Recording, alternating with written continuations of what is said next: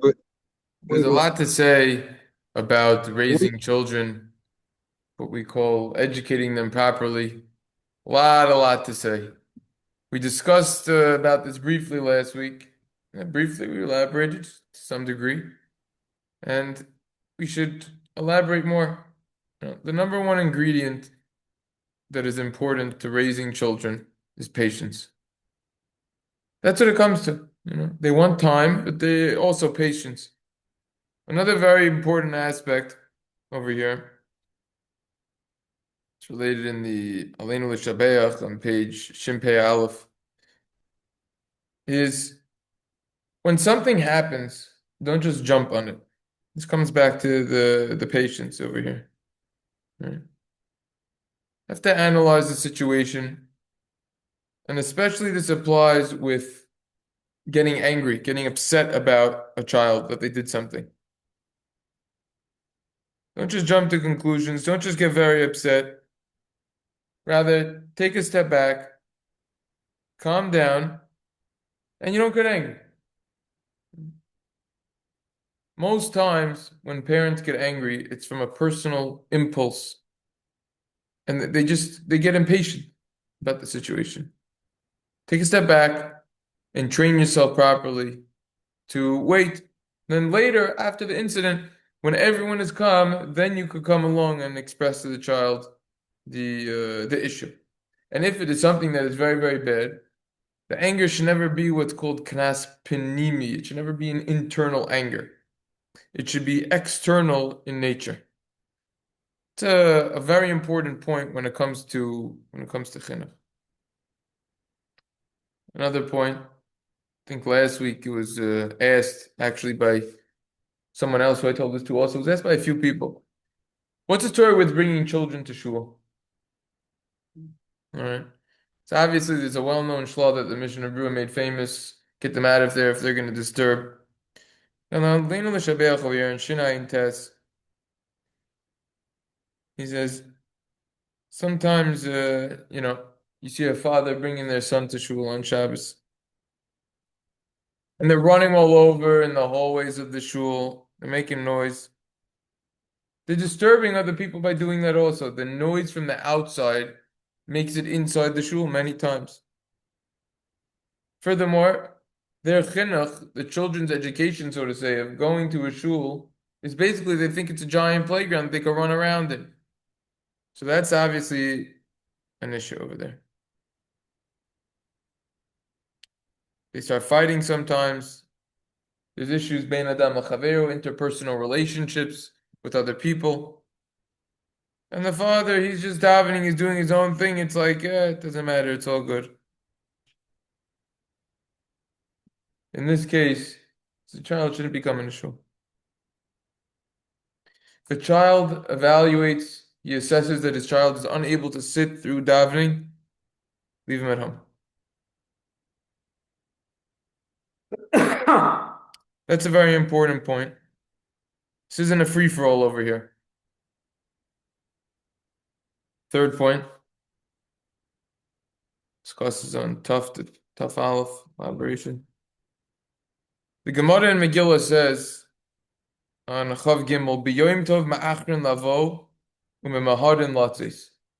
That on the holidays we go to shul a little bit later, we start davening a little bit later, but we leave quicker. You don't drag it out. It's ironic what has happened nowadays. They schlep things out, they drag the whole thing out. But the Gemara says that you start davening later and you leave earlier on Yom Tov. Why? Rashi on the spot explains, why do you come late to shul, the Beis HaKnesses? Shesarach litroyach b'seudas Yom Tov. Because you need to burden yourself with the meal, with the Suda for Yom Tov for the holiday, the meal for the holiday. Simple understanding is that on Shabbos it's prohibited to cook. However, during the week, it is, during the holiday, it's permissible to cook from an existing flame. Therefore, you're preoccupied with cooking for that meal, the festive, lavish meal that you're going to have after davening. The Abbats asks a question.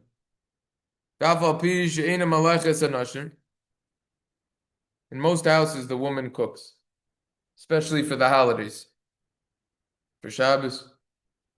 So why does this affect the men? The women aren't going to shul anyways, they're staying with the kids. Why does this affect the men? Why should men come late to shul for something that his wife has to be involved with? It has nothing to do with him. Answers the Yabetz, Rabbi Yaakov Emden Ben Tzvi. We just learned him from the Be'er Lach and Sfiras Omer Simon Tov Beites. That's the Emor Uksiya. So actually, I looked it up inside. Very fiery personality. He's very upset. But anyways, it's another discussion. When you look at the beginning of Tov Beites, he has length. You see his very fiery personality. Safer? Yeah, in the Emor Uksiya. Answers the Yabit Srichim Lishmor Habayis V'Habanim Ba'oichin Asoiseyim Asukois Besarch Yesuda. The husbands, the fathers, they need to guard the house. They need to keep watch. You know, you have in an army, you have soldiers, and they're 24/7. They have different shifts. In a hospital, different shifts, the night shift. The fathers over here, they need to watch the house.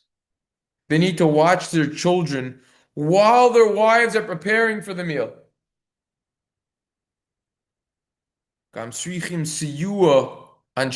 wives, they need their husband's help, says the Yabetz. In other words, the Yabetz was bothered precisely by the question that we just asked, which is, why do we come late to shul on Shabbos? On Yom Tov, excuse me, on the holidays. It has nothing to do with the men, they're not preparing the meal. No reason to delay. Answers the Yabetz Nachanami, yes. The males, you're right, they're not involved with the meal, but guess what? We permitted them and we said that they should come late to shul. Why? Because while their wives are preparing the meal, the men, they got to man up, so to say. They got to step up. Lishmor habayis v'abanim v'gam srichim siu. They need to watch the house and their children. We see from over here that what a Jewish house is about. Every single act is considered avodas Hashem. It's a way of serving Hashem. Any act. Don't think that changing a diaper is any less serving Hashem than going to shul and davening. Because it's not. It's a big thing. The children's diaper wouldn't be changed for an extended period of time. They're going to get rashes, tremendous pain, and it could lead to very bad things, infections of all sorts. It's a very bad thing, right? So there's a time to change the diaper, and there's a time to daven. Okay. Preparing for the meal, chinuch habanim, educating the children properly, bringing them on the right path. Heim be'etzem davar echad. It's the same thing. Same thing. Because it can't be that the mother of the house is going to be involved with the cooking. The kids are just going to be running all over the place in the streets. Can't be. Can't be that they're just running around wild. Well, yisakin kedavra hazeh. Can't be. Consequently, that's why the men have to stay home to watch the children in the house while their wives are cooking the meal for the holiday. The Chaim Kanievsky had a different approach. Could be that there's already a different idea, that the women also have to go to shul. Based on the Gemara and Sota Chavbeis, that they will go to shul. And therefore, make sure that first they could get the cooking done and then they could go to shul. But that's only referring to, obviously, if they don't have children, like the case in the Gemara over there was talking about a widow. But even so, that itself is a discussion nowadays about women going to shul. They have to obviously be very modest and dress appropriately, but that's another discussion of itself. We see from over here how much respect and honor the Torah gives to women. To the extent that we delay the entire davening when a male should daven in order to help the wife. That's what you see. So anyone who comes along with tainas, with claims saying that the Torah is, what do they call it, chauvinistic and against women, and the feminists who are against this, Incorrect. You see from over here the opposite. See from over here the opposite. Let's go back to the Abitz. He's talking about how to have a proper house. Everyone needs to know shesiyua shehu nidrush lahagish liishto ba'avodas habayis eina davar shel ma bekach. When a father is helping out in the house, that is not a insignificant matter. That is not something that is inconsequential. That is something that is very special and important. Choiva gemuro, he calls it. It's a full-fledged obligation for fathers to help out so that their wives could be involved with preparing the meals. That's what he says. Ubebeis haYehudi hakol shutvin lemalachas hakodesh. In the Jewish house, both parents are partners in this holy service over here. To the extent that the rabbi said, come late to shul. Why? So you can help out in the house. At a bris milah, bris milah today in the shul, no tachnan over here on Thursday, long tachnan. In a bris milah we say, Kishem shenichnas lebris, just like you entered the covenant and now you have the circumcision, we tell the child, Kain yakane, so too you should enter. What do we say? Right. So everyone asks the question, why do we first say Torah, then chuppah? We understand that order. First you learn, then you get married. Why does it say masim tovim, good actions after? Well-known answer, right? What's the answer? One of it is that, you 20, get 20, and then the masim Torah count or whatever. Why does it say after chuppah, after you get married? Right? Yeah. So there's a well-known answer. That's when it counts, when you're married. That's it. Look, anyone could have good midas before they get married. Right? There for sure are good midas. No one says it's easy before you get married. But it's much harder after you get married to keep that going. Right? Once a person gets married and he still keeps his cool and calm and his good characteristic traits, proper etiquette, etc. He has a lot of tests. Person with a wife with a lot of kids especially is constantly tested on a daily basis, constantly. Probably when kids are up, there's not 10 minutes within a person's life that he has uninterrupted. When they're all around them, when they're all up, if a person has a lot of children. Constant tests. Constant. So now the question becomes, how is he going to pass all of these tests? Will he keep his cool? Will he keep that calmness that he has? Will he help out in all situations, or the opposite? That's why we say first, we give the bracha. He should enter the Torah, then chuppah, and then we say the good deeds, then the masim tovim. Because the question is, what's he going to do after? What does all of this have to do with Parshas Emor? Very simple. We talk about the holidays. This has to do with holidays. Okay? We talk about holidays. You daven on holidays. We were talking about shul. All right? Keeping your cool. But you know what else this has to do with it? How about let's go to the first pasuk. Pasuk says, Hashem spoke to Moshe saying, Emor ela kohanim. Tell the kohanim, the kohanim b'nei Aaron, what do you tell them? Va'amar telehem, and you shall tell them, Hashem says, Lenefesh lo yitam bava. You don't, for kohanim, you can't, there's this thing called tuma and tahara. To be pure and impure, you have to stay pure. You can't come in contact with the corpse, etc., and all the halachas. So the obvious question on this opening pasuk of the parsha is, why do we say Emor ela kohanim ve'amarta? Tell the kohanim and tell them. Seems like it's a superfluous. It's extra. It says over here that you shall tell them, and then it says ve'amarta. That's obviously extra.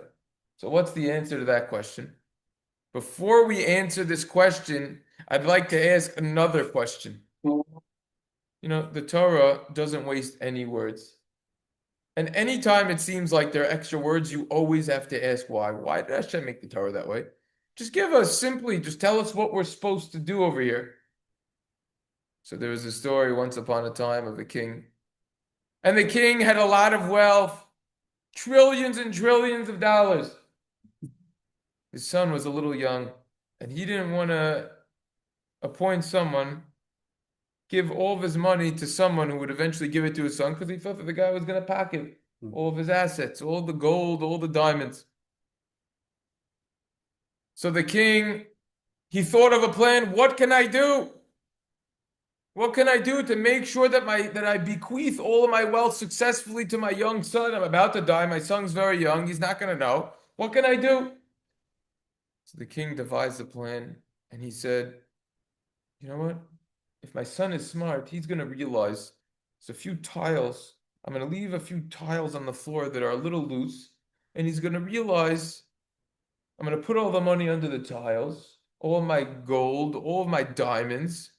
And if my son is smart, he's going to realize, wait a second. Everything in the palace is spectacular, is very shiny, is perfectly built. Why is this floor? Why is the tiles? Why are these few tiles loose over here? And the king said, and if my son isn't smart, and he won't realize that about the tiles and that all the wealth is under the tiles, then I don't want him to get the money anyways. So some years later, after the king passes, his son notices on the floor, why there's some loose tiles over here? Oh, it must be that they're loose because my father wanted to bequeath a tremendous amount of wealth to me, but he didn't trust my advisor, and therefore he buried it in this way with tactics over here that it's going to be under the ground and under these tiles. So he picked up the tiles, dug a little bit, and found that that's where all the wealth was. Hopefully, no one Exactly else. what his father had in mind. The prince, the king, now found it. That's the mashal. What's the nimshal? The lesson is over here that many people, all these so-called biblical scholars, all these people from the other nations, they think that this is what the Torah is. And then they deduce one thing from another and they get incorrect explanations which are totally false. Other people also, people who aren't involved with Torah Shebaal Peh, what it says in the oral Torah, what it says in the Gemara, etc., darshaning, expounding upon the psukim, and why something looks seemingly superfluous when really it in fact is teaching us deep lessons. Guess what? They just walked right by the tiles. But it's for us to come along and see that the tile is missing and realize, oh, something needs to be fixed over here. Something's going on. We have to dig a little deeper and uncover and figure out the reality of what the kavanah of the Torah HaKadosh is teaching us. What is the Torah trying to teach us over here? Can't just easily get it spoon-fed. You have to go through it. You have to exert energy to figure out what the Torah is saying, like we're learning in Sfiras Omer. These aren't easy topics to come out with, to properly learn and understand what's happening over here. Keep digging. So why then does it say, Emor ela kohanim ve'amarta, tell the kohanim ve'amarta and tell them? She asks this question. And Rashi says, Lahazir gedolim al haketanim. This is warning the gedolim, the older kohanim. This is warning them, teaching them that they have to warn the younger kohanim to be careful not to become impure. In other words, we see from this Rashi that the whole Parsha of Emor, which is called, by the way, Parshas Emor, because I think the word is encapsulated within the Parsha of Emor, is all the holidays, basically. Included in the Parsha is really all the holidays. Emor and Pinchas. That's why if you're ever looking for some good Divrei Torah to say on the Yom Tovim, which of course we cover over here, so we have plenty of good Divrei Torah on the Yom Tovim. But if you want even more, open up this forum on Parsha and Parshas Emor and Parshas Pinchas and see quick ideas that different Svardim say over there. That's the place to look. Because these are really the two places in the Torah where the holidays really get discussed. So it's called Parshas Hamoadim, the Parsha, the section of the holidays. So how is this opening up? This is opening up by saying, oh, the older generation has to worry about the younger generation. That's what it's all about, Messiah, tradition, the next generation. There was a book that was written about my family. My great-great-grandfather, my mother's father's father, my mother's father's father, so my great-great-grandfather, maternal. It's called The Next Generation. You get it, the Kramers. The Next Generation. It's my mother's maiden name, right?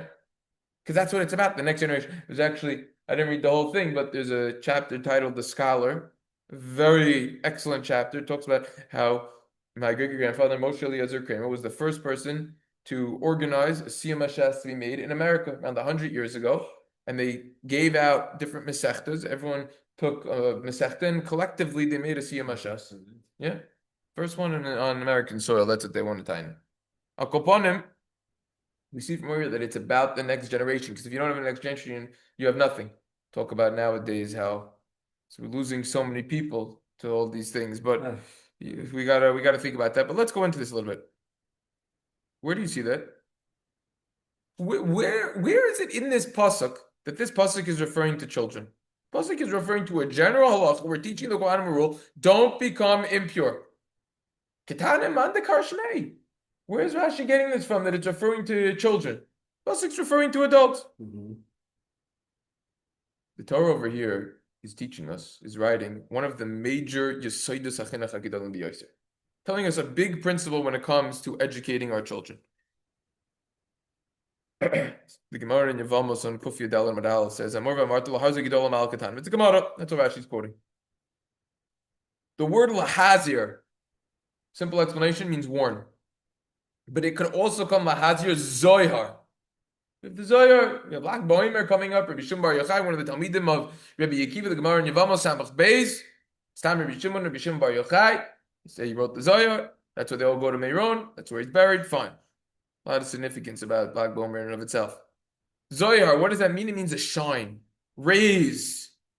In other words, there's an obligation placed upon every single father to impart, to cause his son to shine, his children to shine, to make contagious rays, so to say, in a good way. Contagious sorts of rays, and impart that, transfer that to his son. Sometimes you see parents, they try to educate their children. They're all talk, no act. They just try to talk. They say, oh, keep the Torah, keep the mitzvahs, learn more, daven more, do better.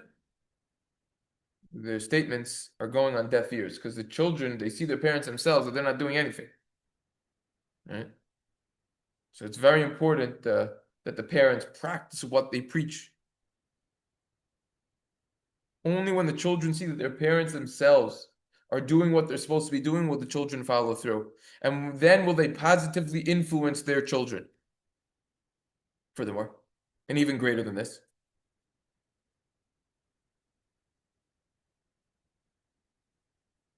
and it makes a big difference. You could have the same thing said in two different ways. You could say, please do your homework, or please do your homework, right? In other words, there's two ways of saying everything, and it's the same exact thing. It matters how parents say it. That's what matters as well.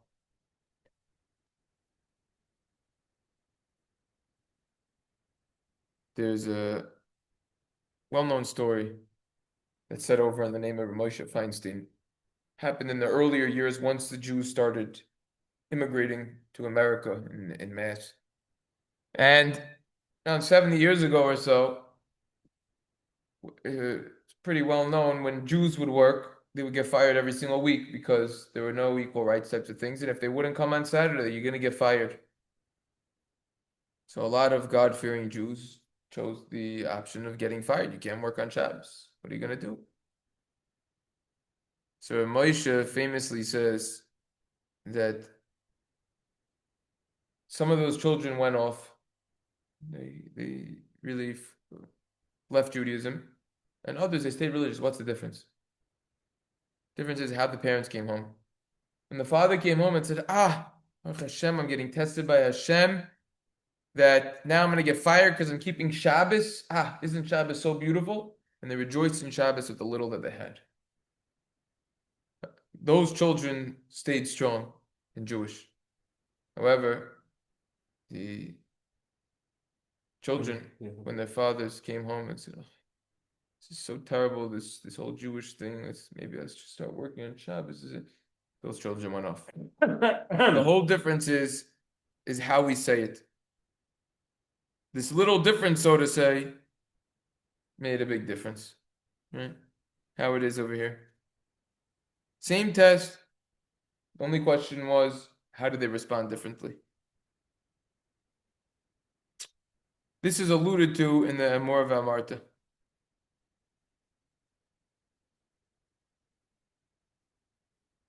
That's what alluded to.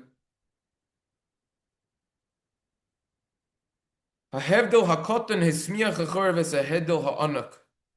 This small difference produced after it caused to grow after a giant difference between these different children. Because the first group of people and the parents were happy and encouraged fulfilling mitzvahs even when it was difficult, children absorbed from that. They took that to lesson, unlike the second family. It's a very important point.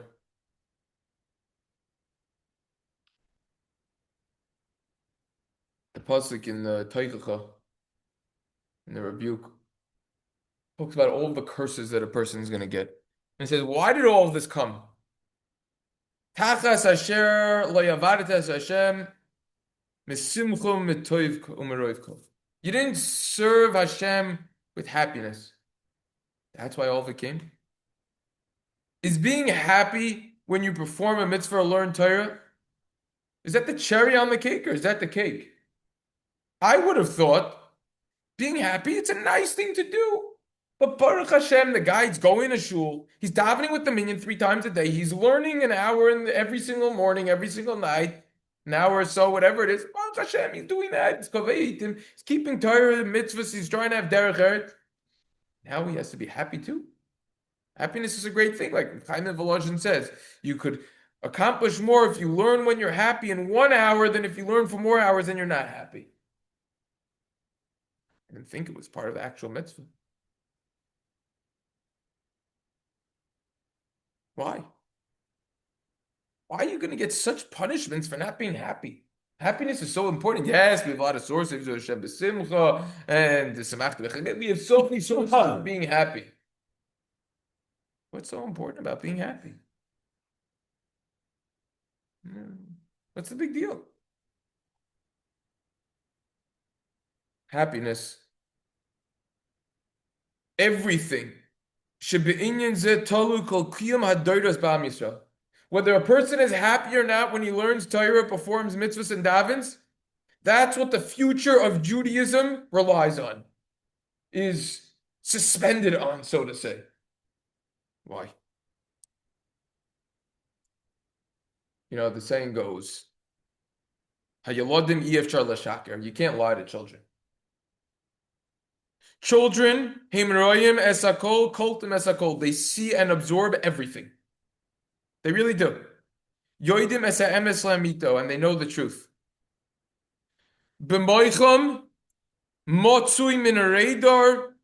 There's like a radar in their heads.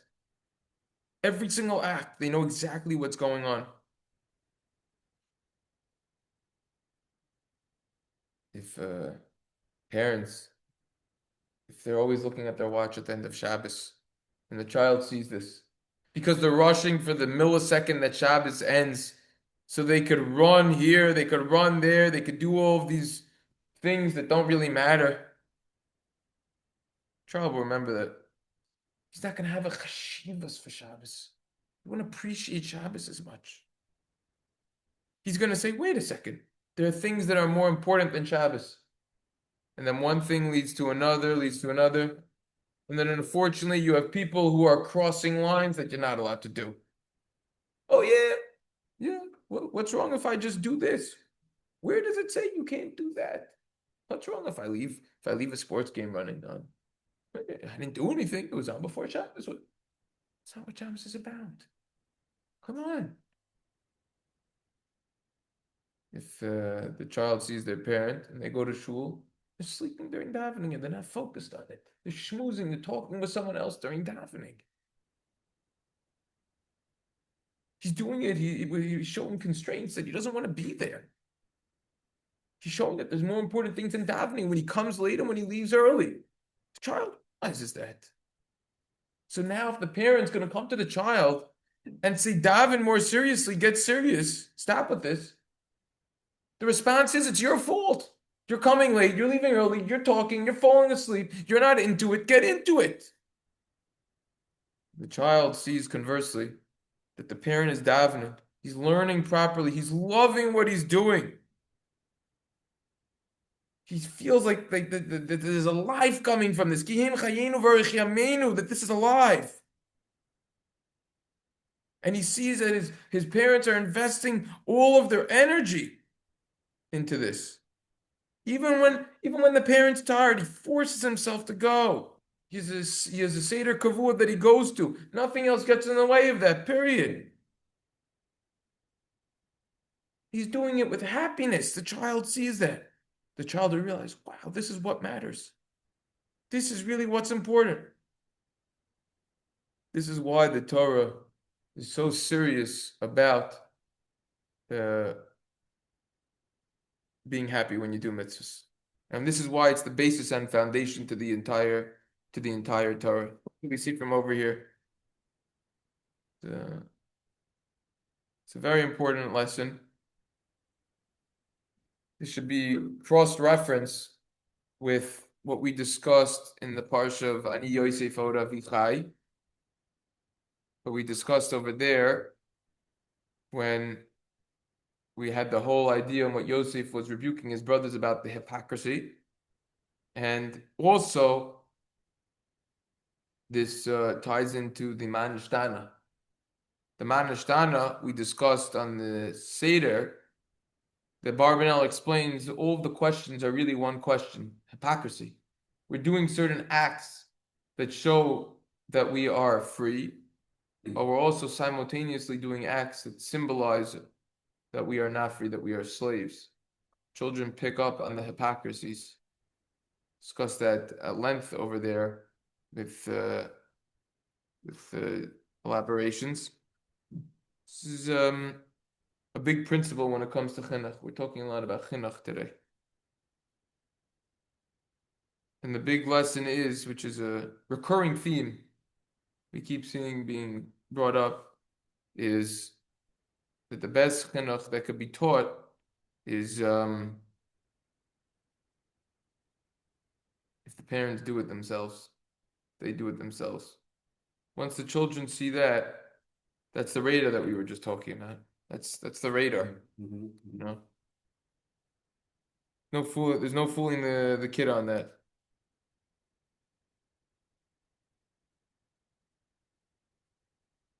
You know, another point on this topic. A lot of times parents, they emphasize certain things, meaning they were brought up in this way, so they emphasize it that way. Or whatever it is when they go out somewhere, right? When you go out somewhere, like my sister who lives in the city says, people watching, she calls it. There's a lot to see when you go out. You're at home, it's the same thing. There's not that much action, especially in the suburbs. But when you go out, there's a lot of things to see. So what are you focusing on? There's a lot to focus on. What's the emphasis on? It's the same thing over here. You see certain times, in certain families, we call them Orthodox religious families. That's what they're referred to. Statistically, that's where they get placed. And you see sometimes the parents get so much more enjoyment from watching a sports game, from hearing news or something. And they're so much louder when the conversation revolves around politics or something like that at the table than when they're talking about Torah. It's not the way it's supposed to be, because the kids will pick up on that, and then they're going to put more emphasis and value on that. The true value and the true appreciation that we have and that we know, something that truly goes in our hearts, is from Torah and mitzvahs. That is a deep lesson and a deep point. And that has to do with this piece. That's the Emor Ve'amarta. I think there's a lot to think about on that. A lot of powerful. I went through the entire Leinu L'Shabeach on this week's parsha. It's around 100 pages. And this basically I collected from around 4 different places throughout the parsha where he talks about children, and trying to kind of put it in together while only summarizing the main points that I thought connected to my heart more and which were very practical. And that's what all of this information was, basically, with some additions of my own, obviously. Okay, everyone, have a wonderful day. Mitzvah, Go ahead. tomorrow we'll continue. It's Hashem. Yeah.